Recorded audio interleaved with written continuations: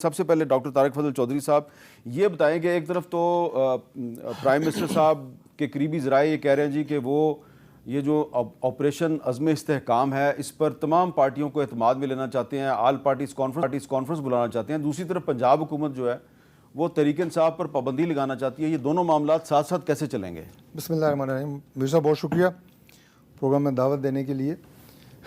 देखिए, जो मरकज़ की सतह के ऊपर जो मामलात इस वक्त चल रहे हैं और ऑपरेशन नज़्म इस्तेहकाम जो है वो भी इस वक्त एक ज़रूरत बन चुका है और एक इंतहाई अफसोसनाक वाक़या कल जो पाकिस्तान में वकूफ़ पज़ीर हुआ KP में, और हमारे एक साबिक़ सेनेटर जो मेरे बहुत अच्छे दोस्त भी थे और उनके बड़े भाई जो हैं वो साबिक़ गवर्नर हैं, मेरे कुलीग रहे हैं शौकतुल्लाह साहब, वो शहीद हुए। उनके साथ 4 और साथी शहीद हुए। तो ये सिर्फ़ एक वाक़या नहीं, ये तसलसल है ऐसे वाक़यात का जिसमें पाकिस्तान में बदकिस्मती से दहशतगर्दी के वाक़यात जो है उनमें इजाफ़ा हो रहा है।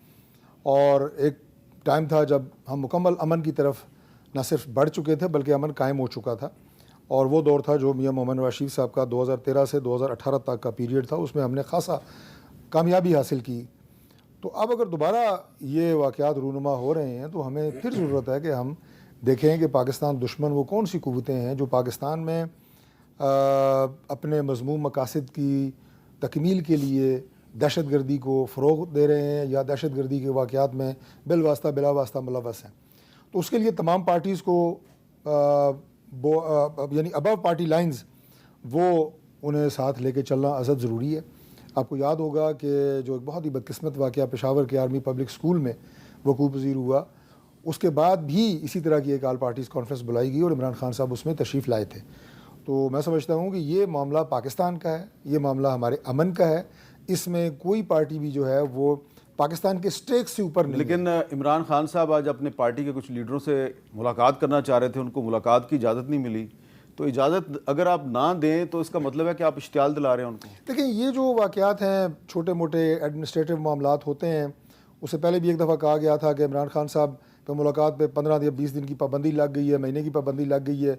जेल में कुछ थ्रेट्स थी, उसकी वजह से वो एक ऑर्डर जो है वो निकला था सूबाई हुकूमत ने।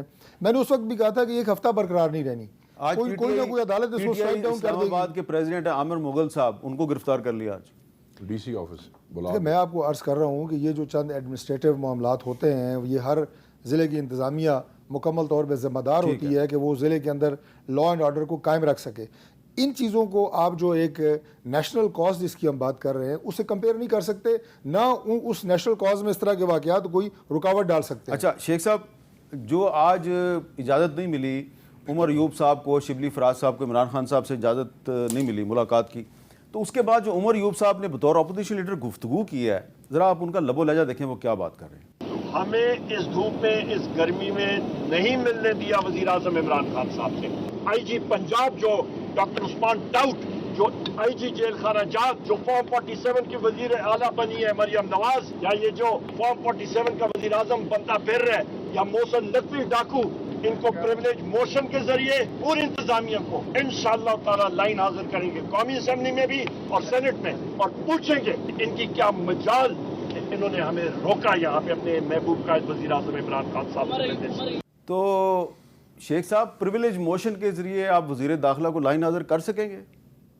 देखें, पहले मैं जज्बात के हवाले से बात कर लूँ। जज्बात मेरे ख्याल में तमाम मेंबर्स जो है नेशनल असम्बली के जिनका ताल्लुक सुन्नी इत्तेहाद काउंसिल या PTI से है, उन सब के यही जज्बात हैं इन तमाम कायदीन और लीडरों के बारे में जो उमर अयूब साहब कह चुके हैं। और उसकी वजह है, ये पहली दफ़ा ऐसे नहीं हुआ। आज हमारा चीफ मिनिस्टर 5 दिन से यहाँ बैठा है जिसका इस्तेहकाक है कि वो पाकिस्तान की किसी जेल में भी जाके किसी को मिल सकता है वह कानून, उसको नहीं मिलने दिया जा रहा है। हमारा अपोजिशन लीडर, ये कोई सिर्फ पार्टी का अपोजिशन लीडर नहीं, पूरे पाकिस्तान का अपोजिशन लीडर है, कौमी असम्बली का अपोजिशन लीडर है। आप उनको बुला के अडियाला के बाहर खड़ा कर देते हैं। बैठने की जगह कोई नहीं है, बिठाने वाला कोई नहीं है। 1 घंटा, दूसरा घंटा, तीसरा, चौथा, पाँचवा, और उसके बाद जब वो एक छाँव के लिए किसी दरख्त के नीचे खड़े होते हैं, वो अकेले नहीं है, साथ सेनेट की अपोजिशन लीडर भी मौजूद है, मेंबरान कौमी असम्बली और सेनेट भी मौजूद हैं। और फिर एक SHO आके उनको कहता है भी आप यहाँ से जाएँ, हमें पीछे से हुक्म है। तो किसका हुक्म है?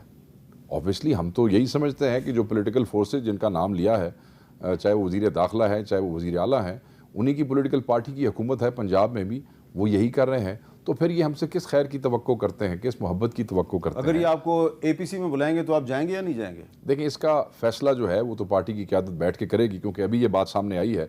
मैं ये समझता हूँ कि इनके जो इनके तरीक़ाकार है या जो इनके लक्षण है वो तो ऐसे नहीं है कि इनके साथ बैठ के चाय भी पी जाए एपीसी तो फिर बहुत बड़ी नहीं, मैं तो चलो पी लाँगा, डॉक्टर साहब तो अच्छे आदमी ने पार्टी दे विच, मगर ये है कि इनके वो लक्षण ठीक नहीं है, ये कोई तरीक़ेकार नहीं है। वज़ीर आज़म उठ के जा रहा है, अपोजिशन लीडर को हाथ में ला रहा है, वो जैसे जनरल मुशर्रफ ने वाजपेयी को हाथ में लाया सी, ठीक है ना, जो ये स्किट्स गिमिक्स होते रहते हैं। और साथ ही उससे एक दिन पहले जुमे को आपने हमारे बंदों को पंजाब में कुट कुट के उनका नाश मार दिया, पर्चे दे दे के जो एहतजाज हुआ था, और अगले दिन वज़ीर आज़म कह रहे हैं जी हम आपसे मिलना चाहते हैं। इसको हमारी पंजाबी ज़बान में कहते हैं ये आजकल ये रंगबाजियाँ नहीं चलती होती।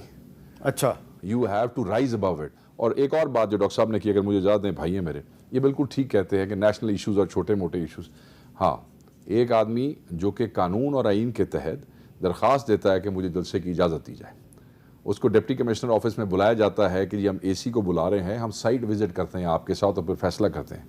वो कल्ला अकेला चला जाता है, क्योंकि इंतज़ामिया कहती है आओ जी बैठ के तो जाके साइट देखने हैं, और वहाँ अपने दफ्तर में उसको आप गिरफ्तार करवा देते हैं। तो ये ठीक कह रहे हैं कि नेशनल कॉज और छोटे मोटे इशू, मगर इससे हुकूमती और रूलिंग पार्टी की नीयत या बदनीति ये ज़रूर सामने आ जाती है। अच्छा,